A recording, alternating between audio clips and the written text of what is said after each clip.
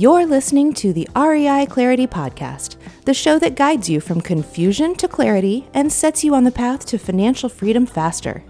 Learn how to grow your portfolio the right way with your host, REI advisor and co-founder of Shine Insurance, Jeremy Goodrich.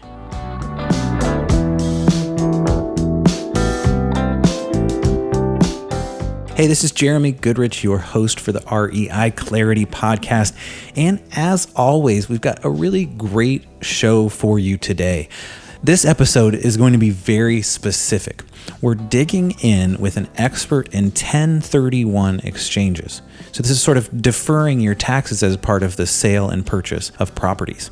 And our guest, that is all he does. Now, he's a real estate investor. He's done lots of things around real estate for years and years, but he works as a qualified intermediary for 1031 exchanges, which you need if you're going to do 1031 exchanges, and he'll describe what that means. So this episode is very specific on that topic, although we talk about a lot of things around 1031 exchanges, around buying and selling properties, around just real estate investing in general. In fact, he talks about the life cycle of a real estate investor, and I think it's a great look at the mentality of things. And you can listen and say, well, where am I at in my life cycle and in my journey? So I think that our guest today will help you learn a lot about 1031 exchanges and also a little bit about real estate investing as well. So without further ado, let's dig in to my interview with Dave Foster.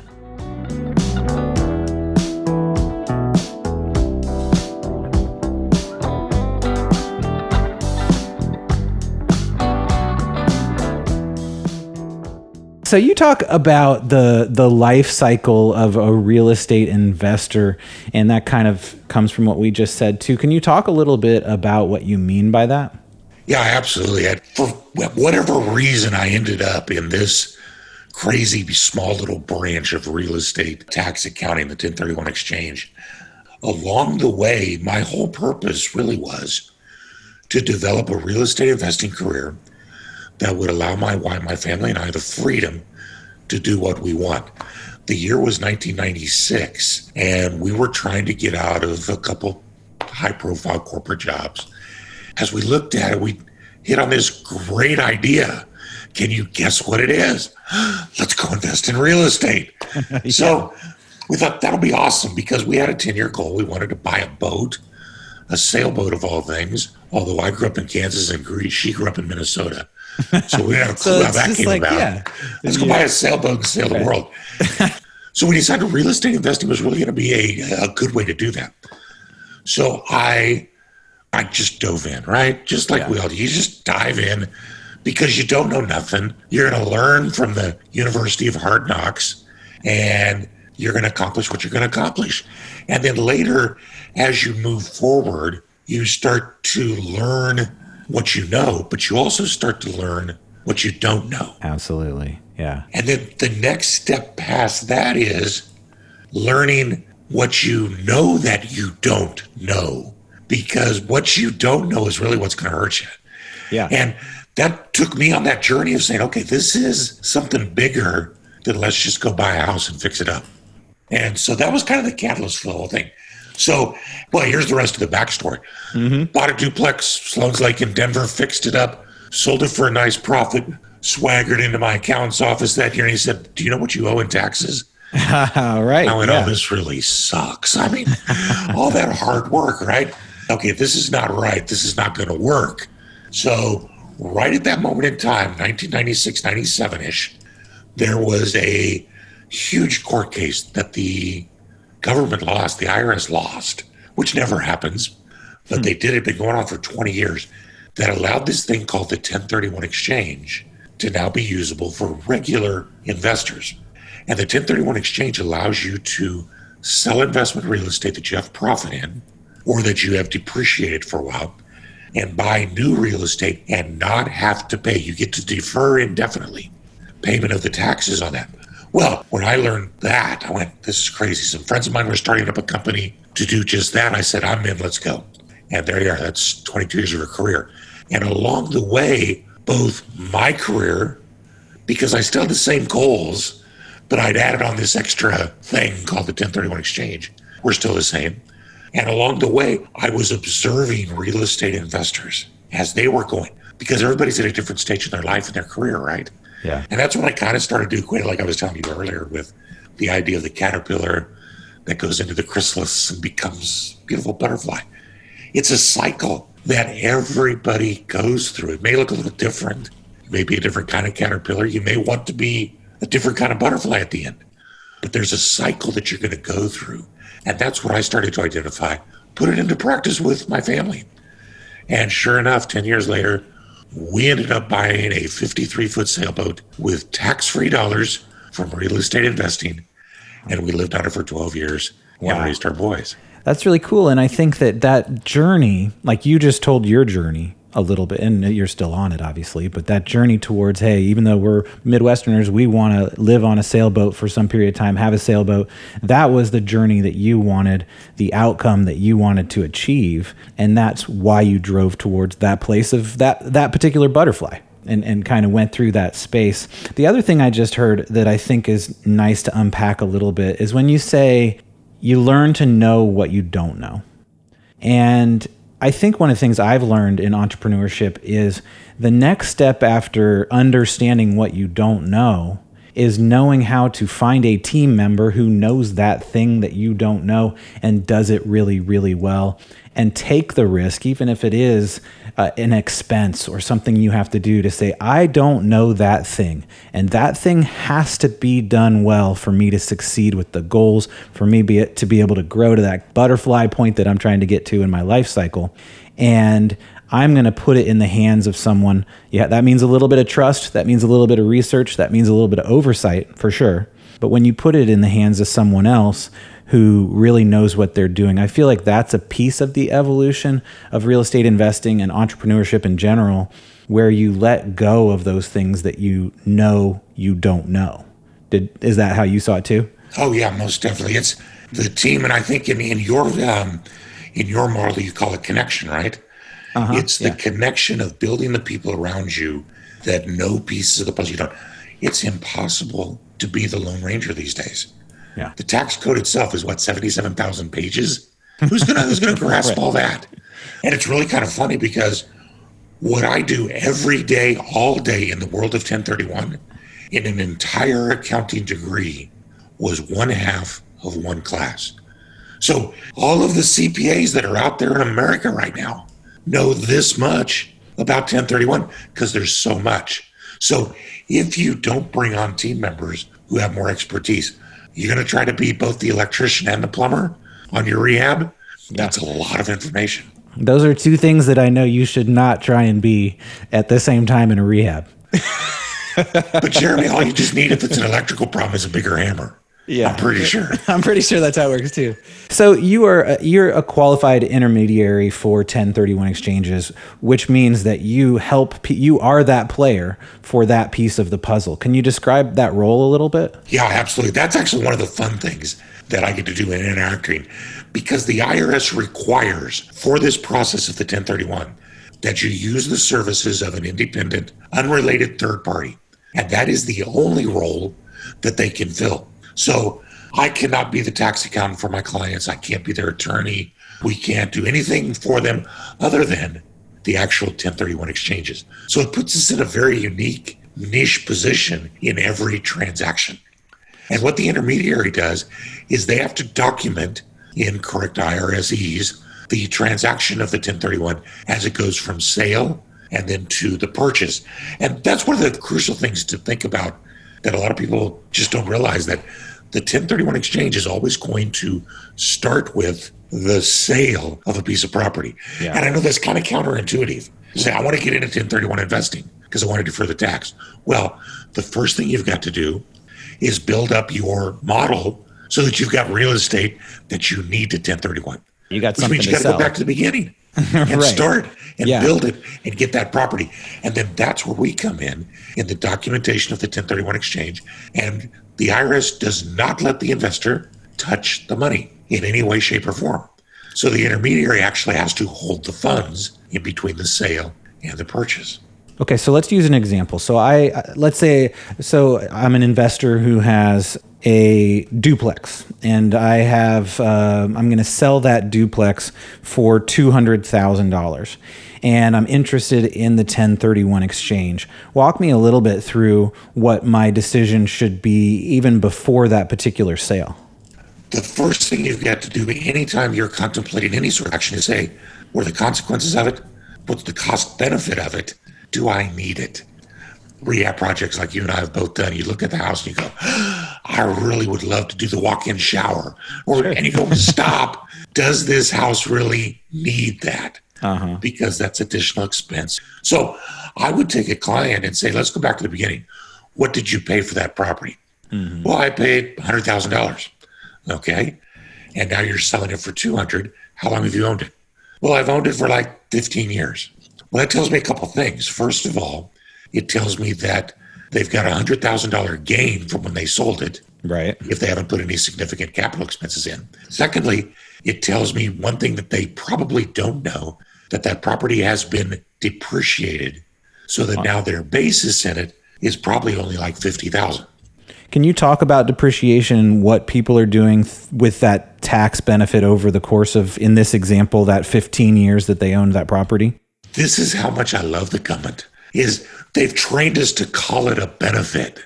And depreciation is a game of pretend. The IRS allows you to pretend that your real estate loses value every year.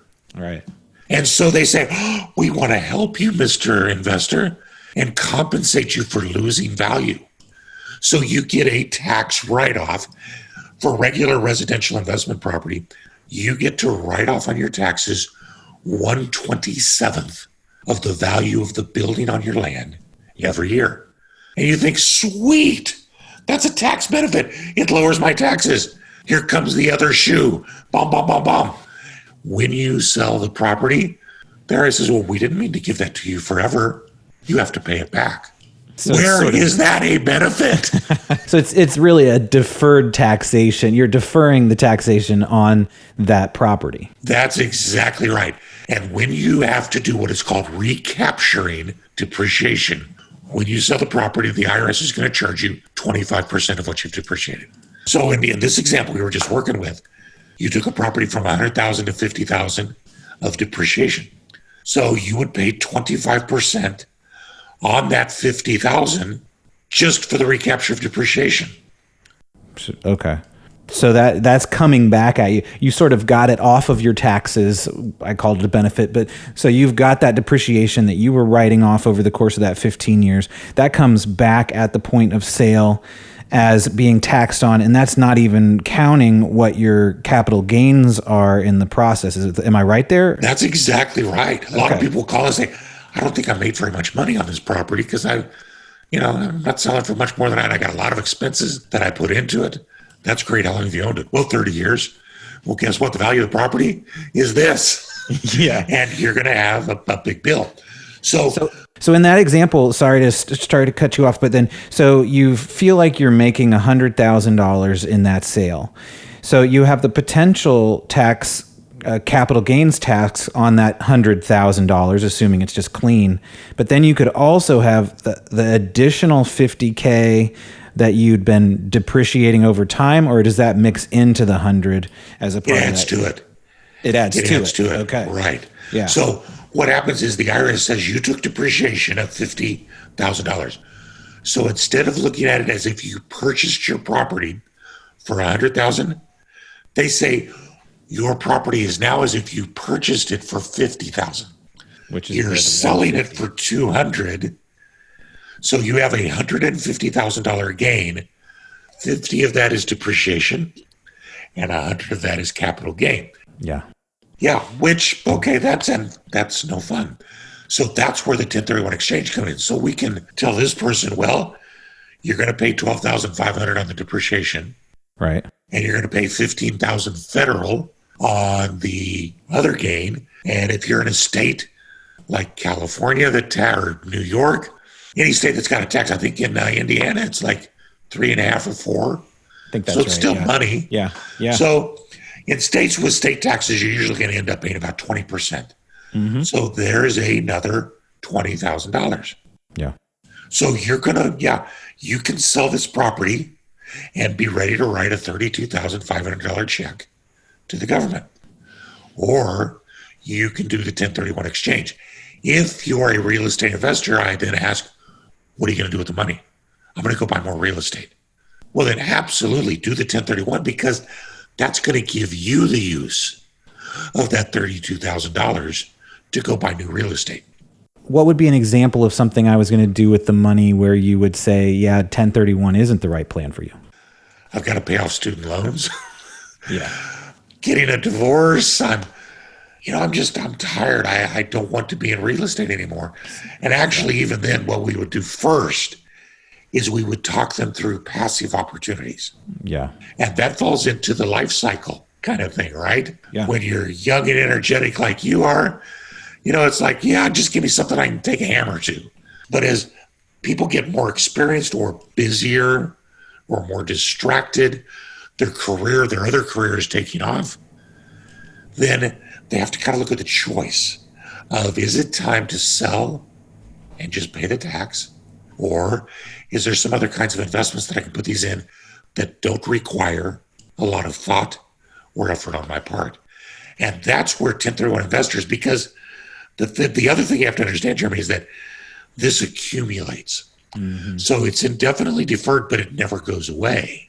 Yeah. So anytime you sell that next property without a 1031 exchange, you're going to have to pay that $32,500 plus whatever the gain from the new property while you owned it.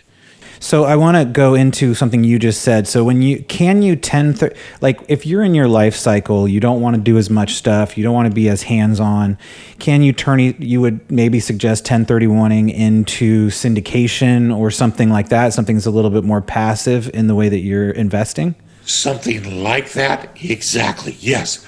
So the 1031 exchange is only for the sale of actual real estate and the purchase of actual real estate. So you can't do syndication. The problem with the syndication is you're buying a membership interest in a partnership that owns real estate.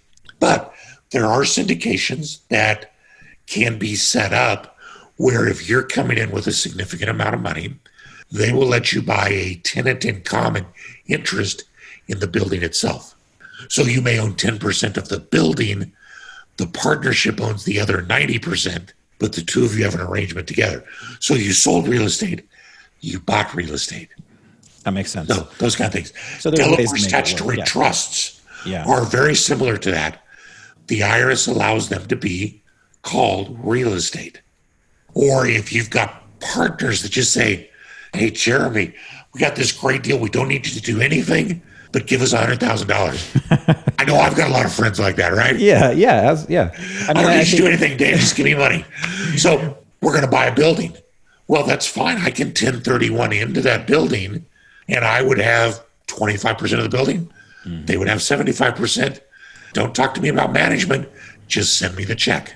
That makes a ton of sense. So as your evolution happens, if you want to be less and less hands-on, but you still want to keep deferring that tax, then you can find ways to do that, whether you're just the money person and other people are doing all the management and stuff like that, or there's a lot of creative ways. But you have to be. There's a natural transition that people will go from.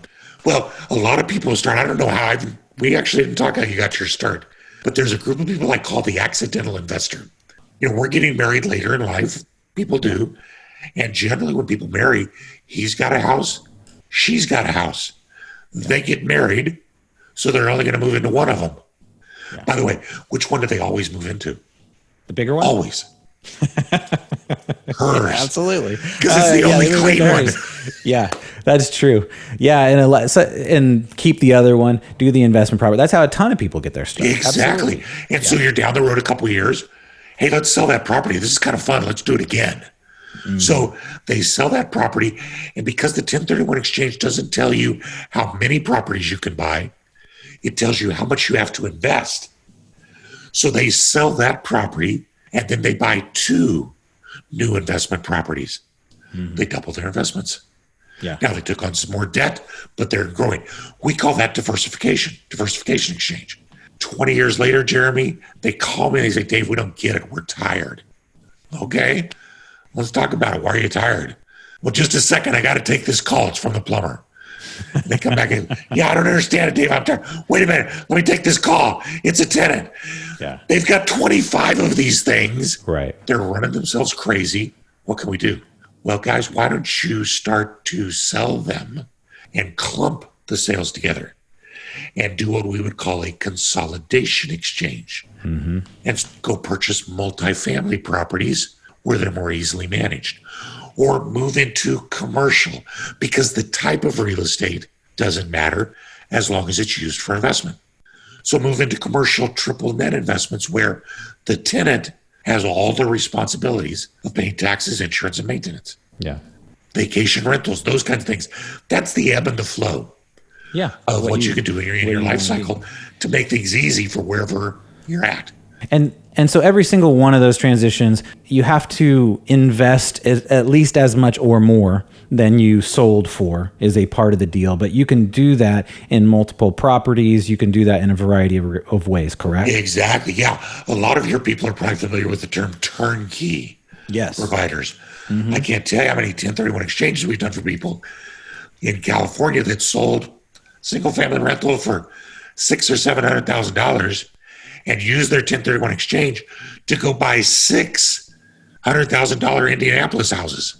Yeah. And instead of getting $2,000 or $3,000 a month for their California house, they're getting $6,000 from those 6 houses.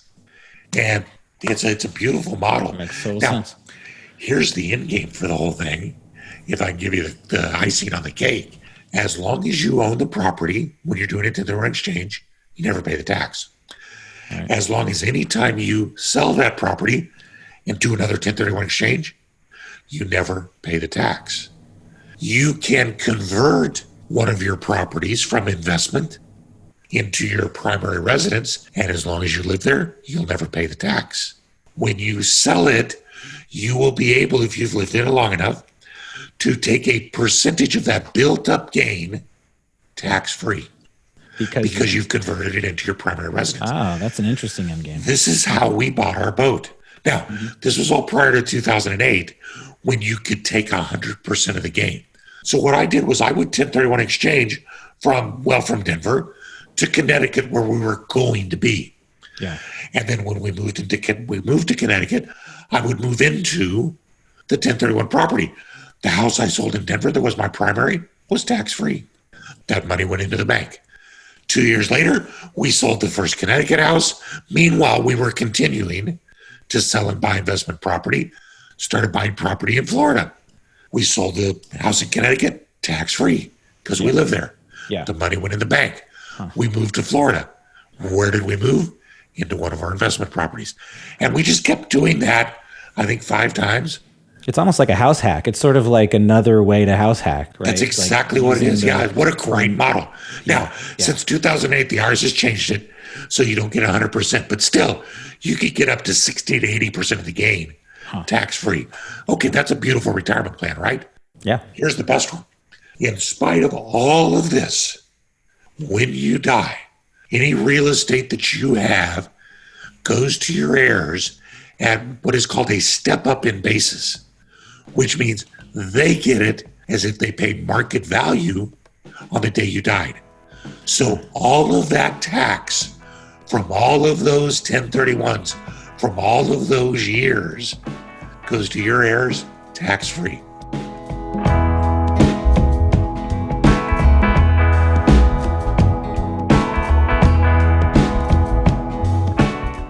This episode of REI Clarity is brought to you by Shine Insurance.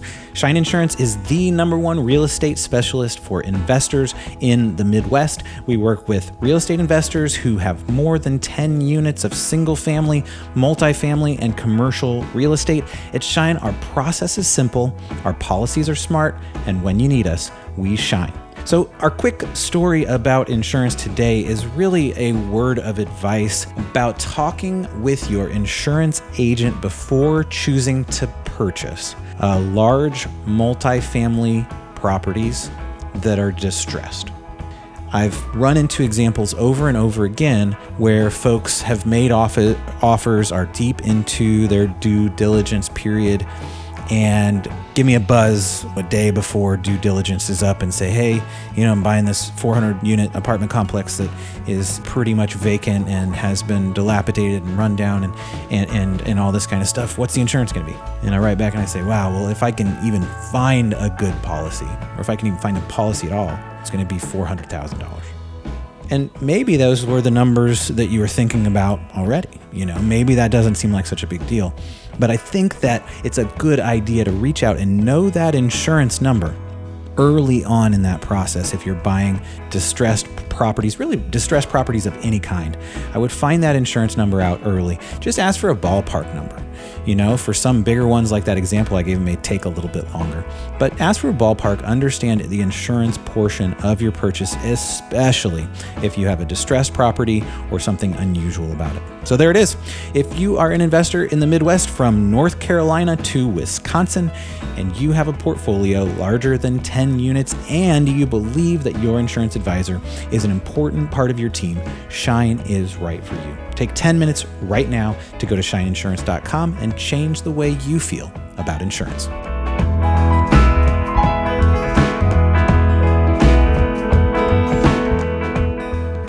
The question that a lot of people have is, well, if you keep deferring and deferring, some point you're going to have to pay the tax man, and how do you navigate that? So you just described two ways, one that was more house hacky, and the other was when you pass away and it goes, to your trust or your heirs or whatever your structure is, that ultimately that tax doesn't end up having to be paid, which means you never have to. It all the way to the end, essentially. It's not the best way to get it. Yeah. Because of what you got to do to get that benefit. But Right. And don't tell your kids. They may be really tempted to hasten things along. So that does bring up one question for me. I mean, all of this deferred tax. I mean, if you work it to an end game like you just described, maybe that makes this question a little bit less important. But are there times when it makes sense to just pay the tax? For example, the tax rate's pretty low right now. Does it make sense to go ahead and pay that tax so you're not deferring? Oh, dude. Okay, that's like asking the black Labrador if there's a bone he doesn't like, right? There's something in my DNA that just cringes at that suggestion. Why? It's just because of who I am. There can always be reasons, absolutely. I mean, if you're selling a property, because the 1031 exchange has some time constraints. Uh-huh. And right about now, everybody's asking the question, what's going to happen with COVID? What's happening in the market? Yeah. If I sell now, there's such little inventory out there right now that it can be tough to find good bargains. And the 1031 has some pretty short timelines. You've only got 45 days after your sale to shop around and find your potential replacements. So we have had some people say, I think I'm going to pass on the 1031, or I'm at least going to start it, but then I'm going to let it die if I can't find a good property. Mm-hmm. And I'll take the money and I'm going to pay tax on the profit. I get it. But I'm going to have a war chest of cash waiting for the next retreat in prices. Yeah, right. And that's a brilliant strategy. There's nothing wrong with that whatsoever, except for the fact that you're waiting for an event that you can't time. That you don't. Yep. So if there's any way at all, you gotta. It's the age-old proverb of the bird in the hand and two in the bush. Yeah. There is a ton of people from 2014 that jumped off the wagon because it's gone up too fast, too high. Well, all that potential. Well, they're still waiting, right? There's a bunch of people from 2018 that said, there's no way it can go any higher. I'm getting out. Yeah. Well, they're not getting back in because they can't. So you've got to, I would just always be very, very, very stingy. Dollars need to stick to your hand like sticky tape and not let them out, but they're not there permanently. You got to be willing to let them go if it's the right time to invest. The beautiful thing about the 1031 is that there is no penalty for starting one and not completing it. Yeah. So the garden, the nationwide price, there's no standard structure, but $750 to $1,000 for a 1031 exchange. And that buys you the opportunity to look around and see if you can find the right purchase. That's a cheap price to pay in everything. And you've got to decide on that before the sale, though, right? No, you've got 45 days after. Okay. So a lot of people will go find their new property and get it under contract before they close their sale. That's fine. But a lot of people say, well, I'm looking at a certain market. I don't know if there's going to be anything out there. Or I just worked with a lady last week who had one building on St. Pete Beach that she was willing to go into. Yeah. She said, there's nothing for sale right now. I said, well, here's the deal. $750, you get to watch it for 45 days. Or you can sell and pay the tax now. Mm-hmm. She said, all right, let's start it. So we're in her 45-day period. Yeah. And I've got this mental picture of her walking the hallways of this building, knocking on doors, going, do you want to sell today? Do you want to sell today? Yeah, so she put in the $750. She started the 1031 exchange. If she doesn't have anything, she loses that money, but she had the opportunity to roll it over. And if she finds something great, it all works out and she's able to roll it and defer the taxes. That makes total sense. Okay, so on the topic of 1031, when you're talking to investors who are really trying to figure out how to take those next steps, what are a couple of just last thoughts you have about how they can succeed in maybe tax deferment in general, maybe opening it up a little bit from the 1031? Like, what are a couple of things they should be thinking about as they're selling whenever their next sell is?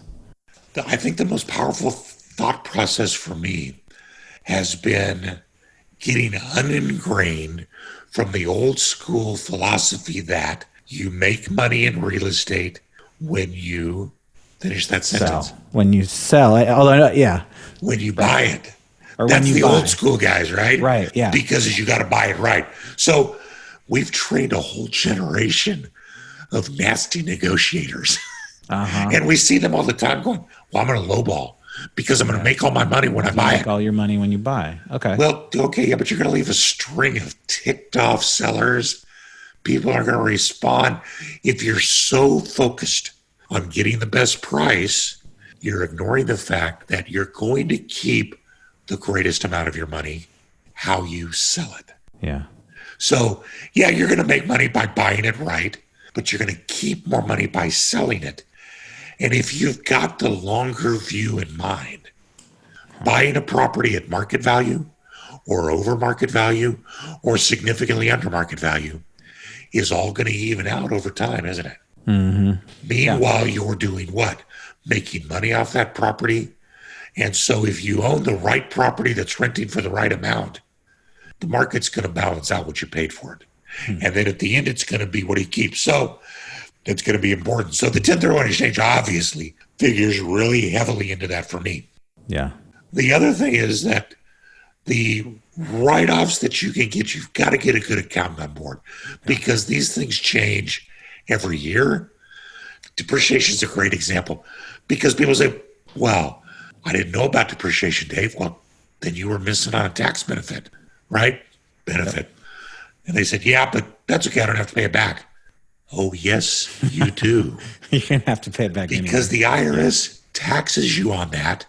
The way that the statute reads is you must pay the recapture and depreciation on depreciation that you either took or could have took. Oh my gosh. So if you don't take it, you're still going to pay it on the You're back end. still going to pay it back. Yeah.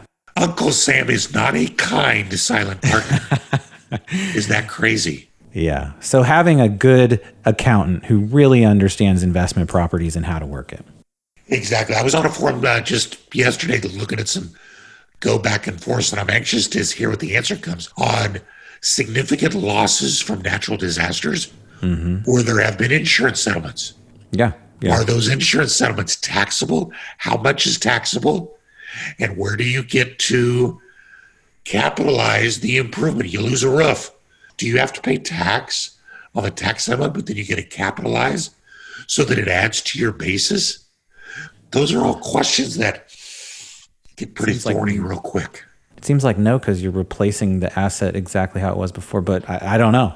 That's an interesting question. You would think, wouldn't you?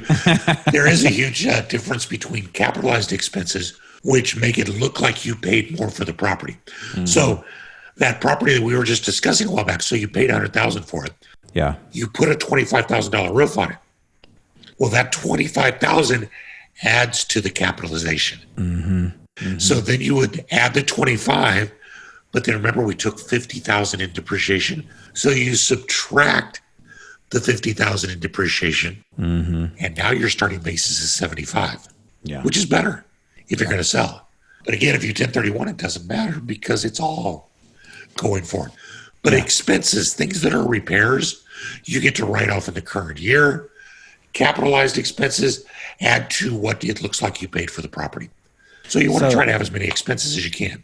Yeah.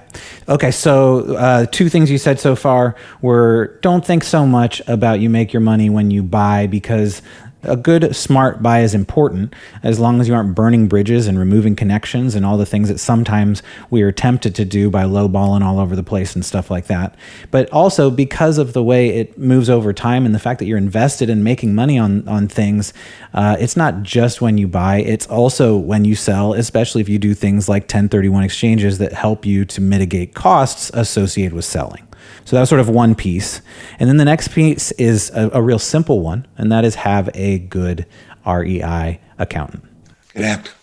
Okay. Get them on your team. Exactly. All right. Any last thoughts, Dave, before we sew it up here? You know, I was actually, as you were rephrasing what I just said, I went, okay, that makes sense. Way to go, Dave. I need to learn from my own lessons, don't I? Yeah. You know what, though? There's a huge temptation right now. These are very unsettled times. And I'm seeing trust levels plummet. Whether you're negotiating with a vendor or trying to buy a house or putting someone on your team, we're very scared. We're very nervous. And so we become very untrusting. And I think that probably this is a great time, instead of recoiling, to reach out, to connect, find good people, and then be open with them. I was reminded, the first thing you said, I was reminded of one of the first houses I bought in Florida. It was one of the first 100 homes built in the city of Cape Coral, Florida. This thing was old as dirt. But it was right on the water. It was on one of the best water lots available. And I went in to look at it with the realtor who was listing it. I was like, oh my gosh, this has been done so beautifully. And she came out and said, yeah, my husband is an architect. And we couldn't tear it down because it's historical. So we had to renovate and remodel and blow it up and do all this. Yeah. The guy just done an awesome job. We wanted that house so bad. We went to negotiate for it. We made him an offer and they said, well, you know, like you guys, but we've had better offers. Yeah. I said, oh, we're really sorry. This is all we can pay, but just want you to know, your house is probably worth every penny of that. And your husband's awesome. He did a great job. Thank you. We'll see you later. Take care. We walked away. They called us back 24 hours later and said, the other guy did nothing but talk about what he was going to do different. He trashed our style. He trashed our this. He trashed our that, because he wanted to try and talk us down as far as he could. We're going to sell you the house. I said, that's awesome. Thank you. By the way, would you mind giving us your furniture? Because it was really awesome. And we're giving you everything we can for the house. Yeah. They said, okay, if we can have this one picture, you can have the house and the furniture. I love it. Ask for what you want and trust the goodwill in people. I think that's so great, Dave. I think that you just find, and I hear this over and over again from guests on the show, just people I talk with, and myself, just when you're doing work with someone, you tell them what you can do. You're straightforward and honest. I mean, you obviously don't give away too much or whatever, but you're just like a good person doing the best you can in the work that you're trying to do, and people get it. And there's just a neat element. You know, money's a big part of life. There is no doubt. But heart and the connection with people and the knowledge that you're just a good human being trying to make the best you can out of this strange world is a really another key to just success, I think, and clarity as a human, let alone financial clarity. So I love that piece and that example. There is an awesome proverb that's found in the book of Ecclesiastes in the Bible that says, 2 people are better than 1. Yeah. They get more done by working together. Mm-hmm. And there's an African proverb that arrived around the same time. I just love the way they phrase this. If you want to go fast, go alone. If you want to go far, go together. Yeah. I think that's so true. And that's so hard for me, you know, like I want to go alone. I just want to do. But it's like, once you learn to bring team in, to trust people, to be a part of something bigger than yourself, it really is more fulfilling and you go further. I love that. Dave, I ask every person, I asked Avery this question at the end of our episode. She suggested you, so I will ask you the same question. Who would you love to hear on REI Clarity that has some insight about the real estate investing world? Wow. I tell you what, there is a guy that he's been a client of mine, and he is the quintessential transitional investor. The people you and I are talking about. He is a pharmacist turned investor turned realtor. So he has done it all, soup to nuts. He's got a great analyst mind. His name is Jason Kotzko. All right. And I think he would be, just the thought of a pharmacist turned investor, turned realtor. The guy is he's awesome. All right, cool. And he would be a fun guy to talk to. Good. Well, Jason, I'll be reaching out to you, and hopefully we'll have him on the show soon. If folks want to find you, Dave, what's the best way to do so? We have developed an entire education portal designed for the 1031 investor, because what is 2 paragraphs of tax code has become 8,000 pages of case law. Huh. So it's insane. Yeah. But if you simply go to the1031investor.com, cool, and you can find me there. Good. The1031investor.com for all your 1031 needs. And, you know, you're a qualified intermediary, as you said, which is something folks need if they want to engage in 1031. Works in all 50 states, Guam, the U.S. Virgin Islands, and the Northern Marianas Islands. And if you know where those are, you're a better guy than I am. Dave, thank you so much. It's been an awesome conversation. I feel smarter about 1031s and about taxes in general when it comes to real estate investing, and I really appreciate taking the time to share that with our audience. Thanks for having me.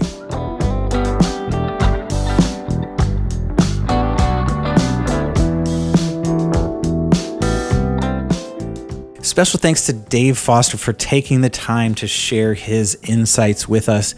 I learned a ton about 1031 exchanges, about buying and selling, and the concept of you make money when you buy, or maybe that's not as true as it's been presented to be. I just felt like I understand taxes and how to defer taxes, how to hold on to as much money as I possibly can better than I understood before. And that ending, that last part that we just talked about, where he talked about those proverbs of being a good human, you know, making decisions based on goodness. Obviously, we're trying to make money, but we're also trying to walk away from life or make our life as fulfilling and meaningful as possible. And that means more than just money. I thought that was a neat way to finish it off. So I'm feeling exciting. I hope you are as well. So who is that person who needs to learn more about 1031 exchanges? Maybe you were talking about it recently or something like that. Grab your phone, send them this episode. Let's help everyone level up. We do read every single review. So if you have not done so already, if you have listened to this episode or more than this episode and you have not yet given us a review, I encourage you to pick up that phone that's in your pocket while you're on your walk right now and click over to the review section, give us a 5-star rating, and describe what you like about this show and what you would like to hear next. Finally, join us on the REI Clarity Facebook group. It is the place to get clarity, make connections, and implement the systems and strategies we talk about here. Just search REI Clarity on Facebook and look for that gold logo. We will see you inside. All right, until the next time, here's to clarity that leads to financial freedom faster.